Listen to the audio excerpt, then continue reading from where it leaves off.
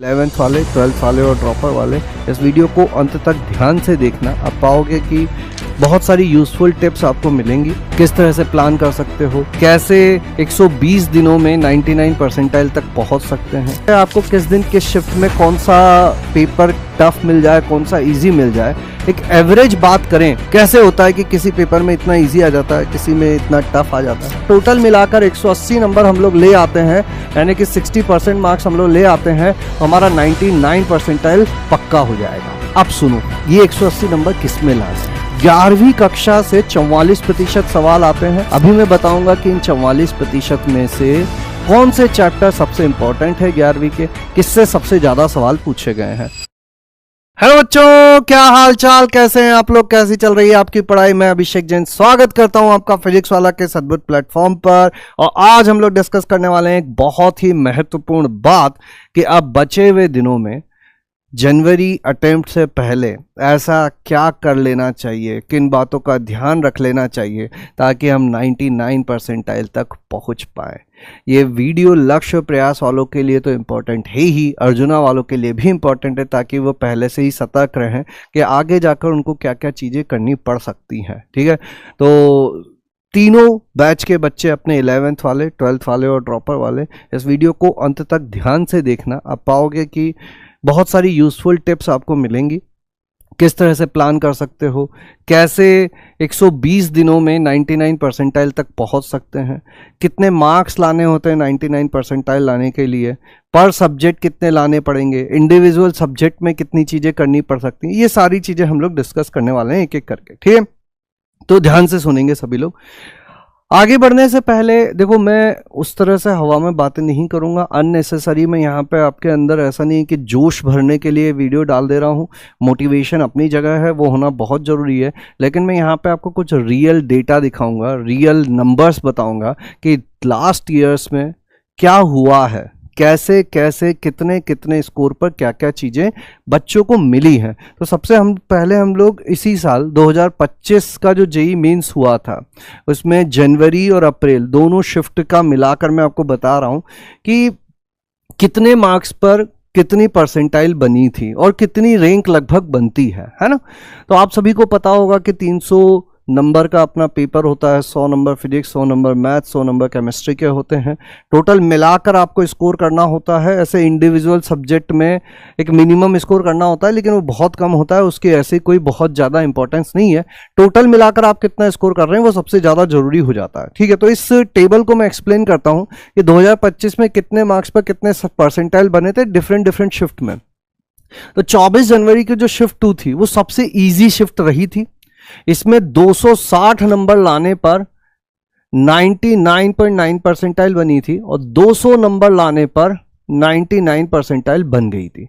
वहीं 127 नंबर लाने पर आपकी कट ऑफ क्लियर हो जा रही थी, मतलब आप जेईई एडवांस के लिए एलिजिबल हो जा रहे थे। ये थी सबसे इजी शिफ्ट। अब सबसे टफ शिफ्ट की बात करते हैं, वो थी 28 जनवरी की शिफ्ट 1। इसमें मात्र 214 नंबर पर ही 99.9 परसेंटाइल बन जा रही थी, 148 नंबर पर 99 परसेंटाइल बन जा रही थी, और कट ऑफ जो गई थी वो अपने 85 मार्क्स पर ही गई थी।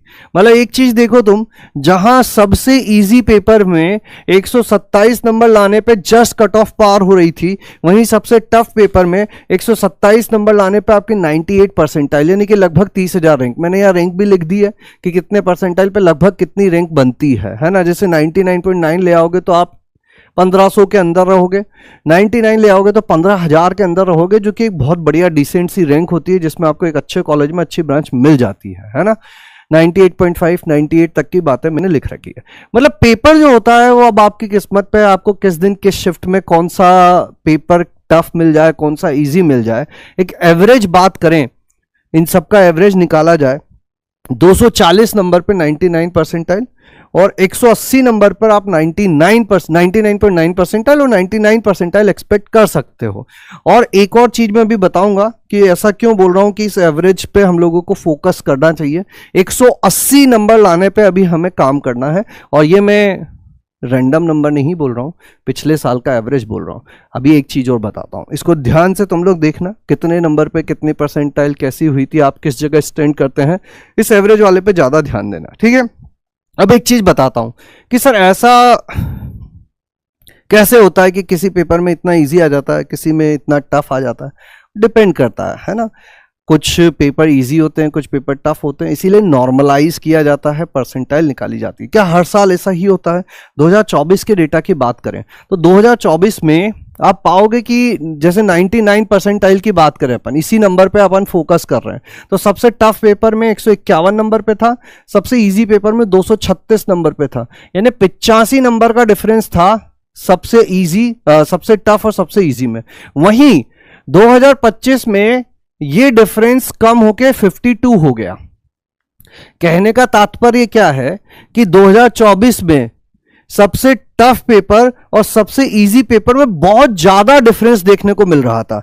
एवरेज देखें 74 मार्क्स, मतलब आप तो एवरेज ये मान लो कि अगर सबसे टफ पेपर आया और सबसे इजी पेपर आया तो सेम परसेंटाइल स्कोर करने के लिए आपको इजी पेपर में 74 मार्क्स ज्यादा स्कोर करने थे। अगर किसी बच्चे का सबसे टफ पेपर आया वो 150 नंबर लाया और किसी का सबसे इजी पेपर आया वो 225 नंबर लाया, बराबर ही परसेंटाइल बनेगी, है ना। 2024 में ऐसा था, लेकिन 2025 में एनटीए ने क्या किया, थोड़ा सा इस वेरिएबिलिटी को कम किया। जो एवरेज डिफरेंस था ना वो 47 मार्क्स पे ले आए, मतलब सबसे इजी पेपर और सबसे टफ पेपर में सेम परसेंटाइल बनाने के लिए केवल 48 नंबर का ही डिफरेंस था। और ऐसा देखा जा रहा है तो आगे जाकर लगभग सारी शिफ्ट में एक जैसे पेपर ही आपको देखने को मिलेंगे, और एक जैसे पेपर ही देखने को मिलेंगे तो वो एवरेज 180 जो है ना वो हमारे सबसे काम का नंबर हो जाएगा। कि अगर टोटल मिलाकर 180 नंबर हम लोग ले आते हैं, यानी कि 60% मार्क्स हम लोग ले आते हैं, तो हमारा 99 परसेंटाइल पक्का हो जाएगा। अब सुनो, ये 180 नंबर किस में लाने हैं, तो ये फिजिक्स, केमिस्ट्री और मैथ्स तीनों मिलाकर लेके आने हैं, है ना। फिजिक्स, केमिस्ट्री और मैथ्स तीनों मिलाकर लेकर आने। सर इंडिविजुअल परसेंटाइल क्या होता है? इंडिविजुअल परसेंटाइल जैसे ओवरऑल परसेंटाइल होता है कि ओवरऑल आप कहाँ स्टैंड करते हैं। परसेंटाइल का मतलब तो सबको पता है ना, परसेंटाइल का मतलब ये होता है कि कितने प्रतिशत बच्चे आपसे पीछे हैं। तो जितना आपका अच्छा परसेंटाइल होगा, जितना ज्यादा परसेंटाइल होगा, उतने प्रतिशत बच्चे आपसे पीछे होंगे। तो ये ओवरऑल परसेंटाइल ही मैटर करता है। सब्जेक्ट वाइज परसेंटाइल का इतना कोई महत्व नहीं है। सब्जेक्ट वाइज आप बहुत अच्छा ले आए, फिजिक्स में बहुत अच्छा ले आए, मैथ्स में उतना अच्छा नहीं आया ना तो ओवरऑल बिगड़ जाएगा। तो लाना है तो ओवरऑल अच्छा लाना है, टोटल मिला के मार्क्स अच्छे लाने हैं। एक बिल्कुल सिंपल एग्जांपल देता हूं, एक बच्चा जो है वो टोटल मिला के 180 नंबर लाया है, उसका 99 परसेंटाइल आ जाएगा। लेकिन अगर एक बच्चा जो है वो किसी सब्जेक्ट में तो बहुत अच्छे ले आया और किसी सब्जेक्ट में बहुत कम ले आया, ओवरऑल 180 तक नहीं पहुंच पाया, उसकी परसेंटाइल कम ही हो जाएगी। तो हमें टोटल मिलाकर 180 पर जाने की कोशिश करना है। इंडिविजुअल परसेंटाइल का उतना ज्यादा महत्व नहीं होता है। एक एग्जाम्पल मैं बता देता हूं तुमको, जैसे लास्ट ईयर की बात तो लास्ट ईयर मैथ्स के पेपर कई ज्यादा लेंदी और टफ टाइप के आने लग गए थे। तो मैथ्स में 99 परसेंटाइल लाने के लिए 52 मार्क्स एवरेज लाने थे 100 में से। सबसे टफ पेपर में 41, सबसे इजी पेपर में 67 मार्क्स लाने पे 99 परसेंटाइल बन जा रही थी। वहीं फिजिक्स के पेपर रिलेटिवली इजी आ गए थे, तो यहां 99 परसेंटाइल लाने के लिए आपको 81 मार्क्स लाना है। लेकिन आपका टारगेट इंडिविजुअल सब्जेक्टिव परसेंटाइल तो है नहीं। ये तो आपको प्रूव नहीं करना है कि भैया मेरे फिजिक्स में सबसे ज्यादा परसेंटाइल बन गए। उसका क्या करेंगे, ओवरऑल परसेंटाइल अपना अच्छा होना चाहिए। और केमिस्ट्री में ये 65 था, ये रेंज थी 57 से 70 अलग अलग पेपर में परसेंटाइल 99 परसेंटाइल बनाने के लिए। सबसे टफ में 74, सबसे इजी में 90 मार्क्स तक 99 परसेंटाइल बनी थी, है ना। तो ये मैंने एक बता दिया आपको कि हो सकता है कि किसी साल मैथ्स टफ आ जाए, किसी साल फिजिक्स टफ आ जाए, किसी साल केमिस्ट्री टफ आ जाए। तो आपको उससे घबराने की जरूरत नहीं है। आपको तो क्या करना है, ओवरऑल परसेंटेज पे, ओवरऑल मार्क्स पे ध्यान देना है। अब सबसे काम की चीज पर आते हैं कि भाई बनाएं कैसे। ये सारी बातें तो आपने कर दी। इसके लिए मैंने क्या किया, पिछले 7 साल 1 2 3 4 5 6 7 साल के जेईई मेंस के सारे पेपर उठाए। इनके टोटल 143 पेपर हैं। 143 पेपर में 4115 सवाल पूछे गए हैं। इन सवालों को बहुत डिटेल में एनालाइज किया मैंने। और मैथ्स के लिए ऑब्वियसली मैं मैथ्स का ही बता रहा हूं, इसी तरह से आपको फिजिक्स और केमिस्ट्री की चीजें भी पता चल जाएंगी, है ना। तो इन सवालों में सबसे महत्वपूर्ण कौन से सवाल थे, सबसे महत्वपूर्ण चैप्टर कौन से थे, हल्का फुल्का उसको समझने की कोशिश की हमने, है ना। तो डेटा से ही जो मैं बताता हूं, ग्रेड वाइज देखोगे तो 11वीं कक्षा से 44% सवाल आते हैं, 12वीं कक्षा से 56% सवाल आते हैं। यह हर साल का लिखा हुआ है कि किस साल कितने परसेंट 11वीं से आए थे, कितने परसेंट 12वीं से आए थे। तो 11वीं का देखोगे आप 44%, 12वीं का देखोगे 56%। मतलब 11वीं क्या छोड़ सकते हैं पूरी? नहीं। क्या पूरी 11वीं करना जरूरी है? ये भी जरूरी नहीं है। किन के लिए बात कर रहा हूं मैं? जिनका 11वीं बर्बाद है, 12वीं में लक्ष्य में है और 11वीं की चीजें उतनी अच्छे से याद नहीं है, भूल गए हैं, बैकलॉग हो गया है। तो उन लोगों को क्या करना है कि ये 44% पूरा करने के पीछे नहीं भागना है। अभी मैं बताऊंगा कि इन 44% में से कौन से चैप्टर सबसे इंपॉर्टेंट है 11वीं के, किससे सबसे ज्यादा सवाल पूछे गए हैं। और सेम चीज 12वीं के लिए भी मैं आपको बताने वाला हूं। तो प्रयास वाले तो दोनों में ही देख सकते हैं, वो अपने चैप्टर सेलेक्ट कर सकते हैं। लक्ष्य वाले देख सकते हैं कि भैया उनके लिए काम की चीज कहां पर रखी हुई है। और अर्जुना वाले देख लो भैया, अगर 11वीं बर्बाद करी तो 44% काम खराब हो जाएगा। समझ गए बात को? आगे बढ़ाते हैं कहानी को। 12वीं के चैप्टर पिछले 7 सालों में कितने कितने क्वेश्चंस कंट्रीब्यूट करते हैं। ध्यान से सुनना इस डेटा को, ध्यान से सुनना इस टेबल को। जो टोटल अपने 143 पेपर हुए हैं 2019 से लेकर 2025 में, जो 143 पेपर हुए हैं, सबसे ज्यादा सवाल 12वीं कक्षा में पूछे गए हैं 3 डायमेंशनल ज्योमेट्री से। और इसी का छोटा भाई वेक्टर अलजेब्रा भी यही है। 300 सवाल, 143 पेपर में 300 सवाल, यानी कि हर पेपर में 2 से 3 सवाल 3D के आपको मिलेंगे ही मिलेंगे। ईयर वाइज बात करूं, 2019 32 सवाल, 21 सवाल, 54 सवाल, 45 सवाल, 71 सवाल, 42 सवाल, 36 सवाल। इसको कम मत मानना। पहले क्या बीच में 30-30 सवाल आते थे पेपर में, तुम्हें याद होगा। अभी 25 आने लग गए। यहाँ बीच में 1 साल और ये 25 ही हुआ करते थे। तो 25 पेपर में 21 सवाल थे, यहाँ पर भी 30 थे और इसके आगे भी 30 थे। तो ये 3 डायमेंशनल ज्योमेट्री और वेक्टर अलजेब्रा, जो दोनों एक दूसरे से रिलेटेड भी है। आधे से ज्यादा सवाल ऐसे होते हैं जो अपन खुद डिसाइड कर सकते हैं कि वेक्टर से करूं या 3D से करूं। ये दोनों साथ साथ चलते हैं। जैसे मैट्रिक्स और डिटर्मिनेंट भाई भाई हैं, वैसे ही 3D और वेक्टर अलजेब्रा भी भाई भाई है। अगर इसको आपने कर दिया तो ये मान लो आपके 4 सवाल तो पेपर में पक्के आने ही आने हैं। एक थोड़ा सा ब्रेकअप बताता हूं मैं आपको। 180 नंबर की बात हुई थी, एक एवरेज 60 नंबर तीनों सब्जेक्ट में पकड़े। 60 नंबर लाने के लिए आपको कितने सवाल करने हैं? 15 सवाल सही करने हैं। 15 चौक 60 नंबर आपके आ जाएंगे। 25 सवाल आपके सामने, 15 सवाल आपको करने हैं। 1 घंटे का समय है, 4 मिनट में 1 सवाल करना होगा। 15 सवाल कैसे श्योर करें, कैसे इंश्योर करें? तो वेक्टर और 3D अगर आपने अच्छे से कर लिया तो 4 सवाल तो आपके ऐसे ही हो गए 15 में से। समझ रहे हो? पूरी गणित एक तरफ, 15 सवाल में से 4 सवाल इनके, 11 सवाल पूरी गणित के। कितनी अच्छी बात है ये। थोड़ा सा चैप्टर लेंदी है, टाइम मांगता है, लेकिन फिर भी वेटेज तो देखो तुम। 1 चैप्टर, 2 चैप्टर आपको 4 सवाल दे रहे हैं और बाकी 29-28 चैप्टर आपको बाकी के सवाल दे रहे हैं, 20 सवाल दे रहे हैं, है ना। तो ये बहुत महत्वपूर्ण हो जाता है। और ऐसे ही एक और चैप्टर का सेट है मैट्रिक्स एंड डिटर्मिनेंट। ये तो उतना रिलेटिवली टफ है भी नहीं। इससे भी देखोगे तो 143 पेपर में 295 सवाल पूछे गए हैं, यानी कि हर पेपर में 2 सवाल भी पूछे गए हैं। मतलब 2 सवाल एवरेज मान ही सकते हो। 2, 2, 4, 2, 6 सवाल हो गए 15 में से। 9 सवाल की और बात कर रहा हूं मैं आपसे। डेफिनेट इंटीग्रेशन डेफिनेटली बहुत ही इंपॉर्टेंट टॉपिक है और इसका एक छोटा भाई है, वो है कहाँ गया? Application of integral. फिर से इन दोनों की बात करूं मैं। डेफिनेट इंटीग्रल 212 सवाल आपको यहां देखने को मिलते हैं और एप्लीकेशन ऑफ इंटीग्रल से 133। तो ये दोनों भी मिला लें अपन तो 2 सवाल और यहां से आ गए। तो 2, 2, 4, इन दोनों को मिला के 2, 6 और 2, 8 सवाल 12वीं के इन 4 चैप्टर से आने वाले हैं। इसके अलावा एक दो छोटी छोटी सी चीजें बताता हूं। ये जो होता है अपना डिफरेंशियल इक्वेशन, इससे लीनियर डिफरेंशियल इक्वेशन से ही मैक्सिमम सवाल आते हैं। ये एक बोनस है, छोटू सा चैप्टर है, बहुत ज्यादा मेहनत नहीं मांगता है, हल्के फुल्के प्रैक्टिस करके इसके सवाल हो जाएंगे। ये एक इंपॉर्टेंट चैप्टर है। उसके बाद अब इसमें से जिसको तुम लेना चाहो उसको ले सकते हो। एप्लीकेशन ऑफ डेरिवेटिव आता है अगले नंबर पे, प्रोबेबिलिटी फंक्शन हो सकता है तुम्हारा उतना स्ट्रॉन्ग हो या नहीं हो, मैंने तुम्हें बता दिया क्या तो तुम्हें कर ही लेना है, इनको छोड़ने की गलती हम नहीं कर सकते।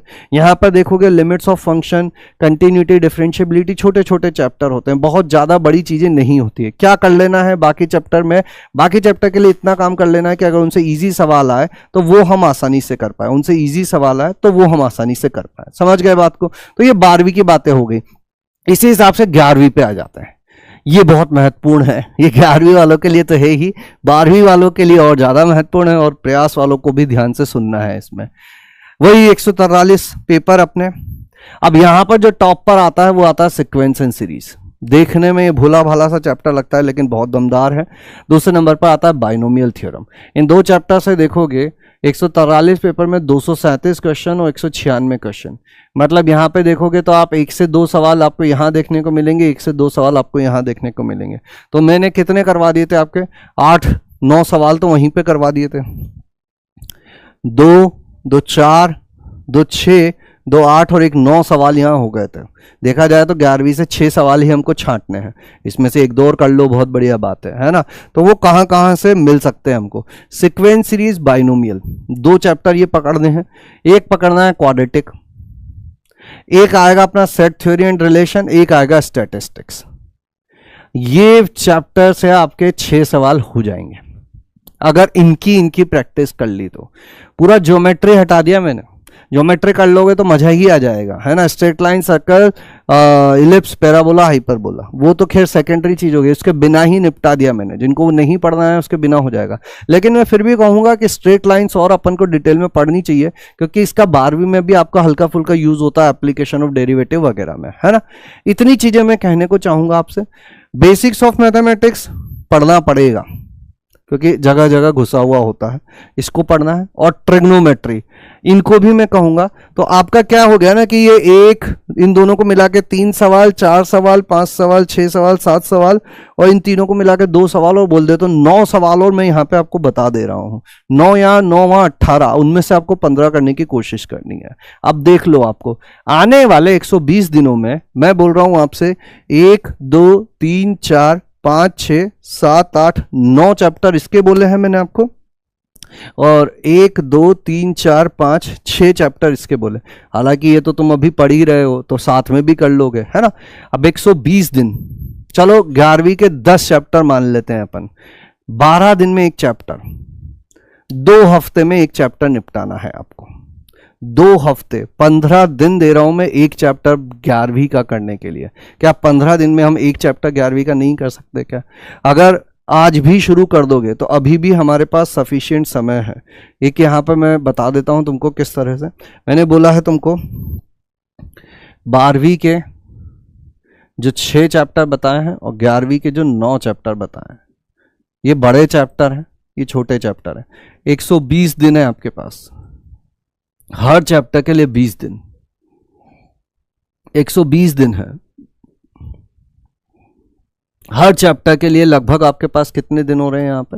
12 से 13 दिन मान लेते हैं। 13 9 117, 2 वीक, 2 वीक, 3 वीक। 12वीं का एक चैप्टर पढ़ने के लिए आपके पास 3 सप्ताह है। क्या 3 सप्ताह में आप 3D नहीं पढ़ सकते? 3 सप्ताह में आप वेक्टर नहीं पढ़ सकते? 3 सप्ताह में मैट्रिक्स डिटर्मिनेंट नहीं पढ़ सकते क्या? चलो दोनों मिला दिया जाए आपको, है ना। 9 और 6 15 चैप्टर हो गए, 120 दिन है।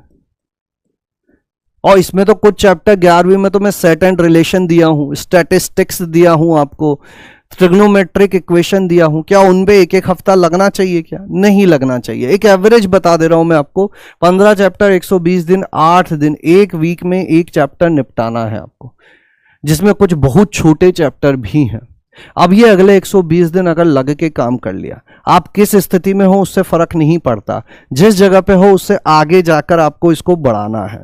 अगर आप ऑलरेडी इनमें से कुछ चैप्टर जानते हैं बाकी चैप्टर स्ट्रॉन्ग कर लो पहले।